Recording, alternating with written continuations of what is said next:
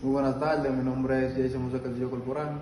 Le estaré haciendo una breve introducción de lo que es la teoría de Norton, que dice que básicamente el método de Norton es una técnica muy utilizada en análisis de circuitos para simplificar las redes eléctricas complejas y analizarlas de forma más rápida. La idea principal es reemplazar todo el circuito por una fuente de corriente y en paralelo con una resistencia equivalente. Esto permite calcular fácilmente la corriente en el voltaje, en la carga específica, sin tener que analizar el circuito completo cada vez. ¿Qué significa el equivalente de Norton? El equivalente de Norton consiste en dos elementos: una corriente de Norton, NI, que es la corriente que circula si los términos donde va la carga se cortocircuitan; una resistencia de Norton, RN, que representa la resistencia interna del circuito, pero vista de dos terminales. ¿Para qué sirve el método de Norton? El objetivo es simplificar el análisis y la carga cambia, o si quiero saber cuánta corriente recibe, usar el equivalente de Norton me permite resolver casi instantáneamente. ¿Cuáles son los pasos para resolver el método de Norton? El primero es identificar la carga, seleccionar la resistencia a la que quiero calcular la corriente o voltaje, eliminar la carga del circuito, calcular la corriente de Norton. Se le hace cortocircuitando los términos donde iba la carga. Luego se analiza que la corriente pasa por ese corto. Cuarto paso, calcular la resistencia de Norton, RN, apagar las fuentes independientes, la fuente de voltaje, sustituir el corto, las fuentes de corriente, sustituir por circuito abierto, encontrar la resistencia equivalente entre los términos.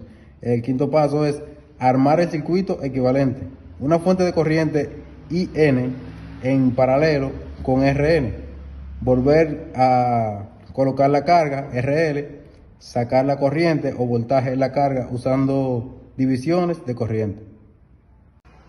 Bien, mi nombre es Fraimer Garavitos. Yo les estaré hablando sobre la resolución de un ejercicio sobre el tema que mi compañero anteriormente le estaba hablando.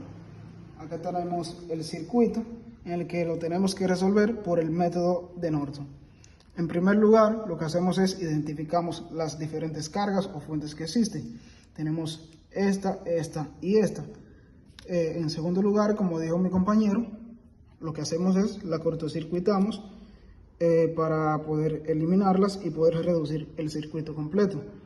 Procedemos a calcular la corriente de Norton. Para esto, hacemos es que convertimos el circuito, acá ya hecho, después de eliminar si nos fijamos acá, tenemos que esta fuente de corriente se convierte en una supermalla, ya que involucra esta malla acá con esta malla acá. Y ya,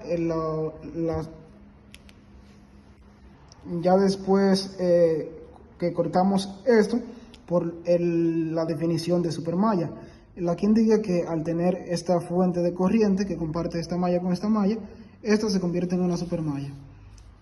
Tenemos acá una ecuación de restricción que es la de I4, que es 7 por el voltaje de R7. La tomamos en cuenta acá para poder saber quién es I4.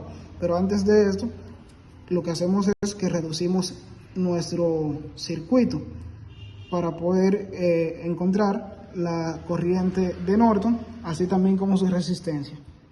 Acá tenemos el circuito ya reducido con las diferentes mallas identificadas. Tenemos I de malla 1, I de malla 2, I de malla 3 y de malla 4. Una vez teniendo estas mallas, procedemos a hacer las diferentes ecuaciones con las restricciones que tenemos. Al eliminar, al cortocircuitar acá, tenemos una fuente de prueba que la conectamos acá.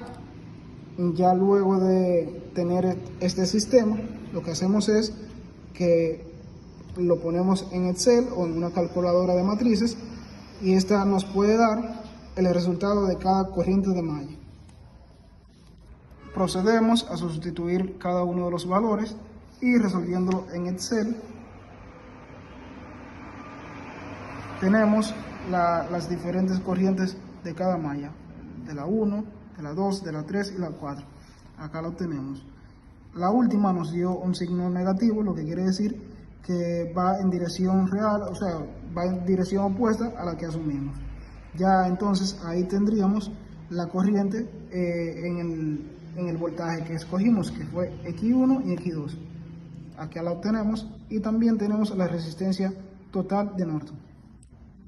Luego de volver a poner ya con los resultados obtenidos nuestro circuito nuevo, tomamos en cuenta las ecuaciones de la supermalla, que fue la que obtuvimos involucrada I4 con I3. Acá tenemos que nos da la I de malla 5. Acá tenemos sus respectivas ecuaciones. Las sustituimos con nuestros valores con las ecuaciones de restricción que teníamos al principio en el ejercicio. Después de sustituir, resolvemos esto por Excel y tenemos las diferentes corrientes indicadas, que son estas que están acá, con nuestra I5 que fue de la supermalla que escogimos. Ya por último, tenemos nuestra corriente total, y con la corriente total y la resistencia total que teníamos ahorita, obtenemos el voltaje entre X1 y X2, que fue de 161.16. Y así es como queda nuestro circuito de Norton reducido.